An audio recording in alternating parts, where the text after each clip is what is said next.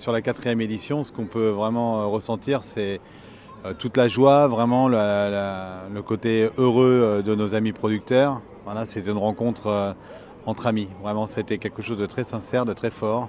Je crois que tout le monde s'est bien amusé, tout le monde s'est bien détendu. Il y a eu des rencontres, il y a eu des amitiés qui se sont créées. Et donc, ça a tenu toutes ses promesses. Donc ça, c'est vraiment un vrai bonheur pour le collectif de Saint-Tropez et l'engagement d'un hiver rude pour arriver à ce moment si précieux. Cette année, on a eu la chance d'avoir 140 producteurs, artisans des savoir-faire locaux des 5 départements, quelques petites adresses qui sont venues de l'extérieur des 5 départements, des petites niches un peu exceptionnelles qui méritaient d'être là. Parce qu'en même temps, j'ai un producteur de légumes de Nantes qui est venu, mais ce qui était pour moi important qu'ils viennent de Nantes depuis les dernières éditions, c'est aussi qu'ils puissent partager avec leur savoir-faire, leurs histoires, avec les locaux, ceux de la région. Voilà, parce que c'est un enrichissement aussi. C'est l'initiative au départ de tous les directeurs d'hôtels qui voulaient trouver une nouvelle aventure, un nouveau dispositif pour animer un peu Saint-Tropez. On a eu les harleys, on a les voiles. Et donc on s'est tous réunis pour trouver une idée. Et puis ils voulaient faire un festival de la gastronomie, mais moi je trouvais qu'un festival de la gastronomie, c'était il y en a beaucoup finalement. Et donc après plusieurs réflexions sur une manifestation que j'avais vue à l'extérieur et en rencontrant des producteurs, j'avais ce souvenir un peu ému de leur détresse parce qu'il fallait louer les stands tout simplement, ça coûtait cher, les déplacements coûtaient cher, l'hôtel coûtait cher, et que pour la plupart, ils avaient même du mal déjà à partir en vacances.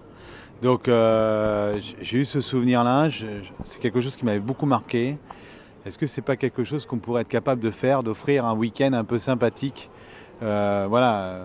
offert, les logements offerts, les stands offerts, et qu'ils démontrent leurs produits avec la force de frappe du marché de Saint-Tropez, et puis faire venir plein de chefs, parce qu'en même temps ça permettait de faire des rencontres professionnelles.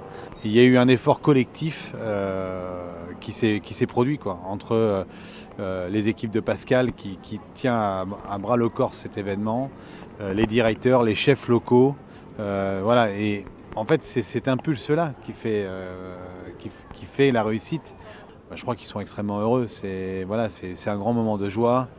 On est là pour les coucouner, ils sont là pour montrer leurs produits, ils sont là pour faire la fête avec nous le soir. Ça amène des rencontres, ça amène à des conversations dans la journée.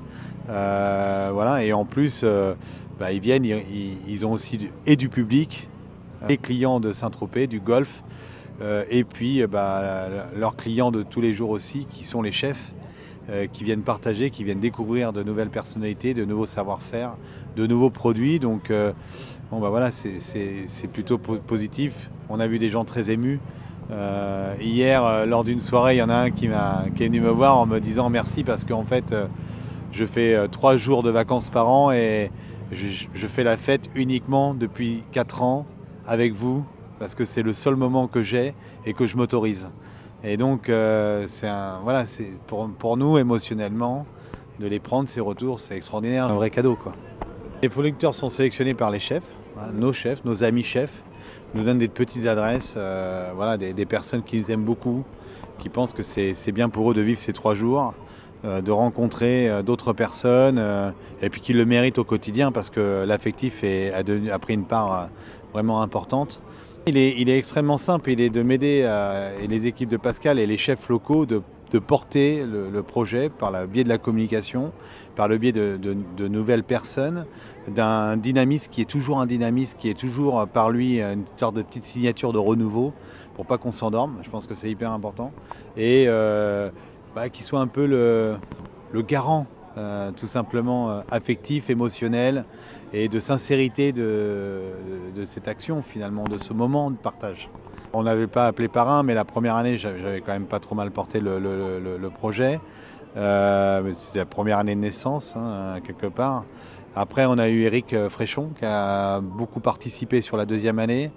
La 3e année, ça a été Gérald, et puis Gérald a tellement été extraordinaire aussi. Il a été formidable. Il a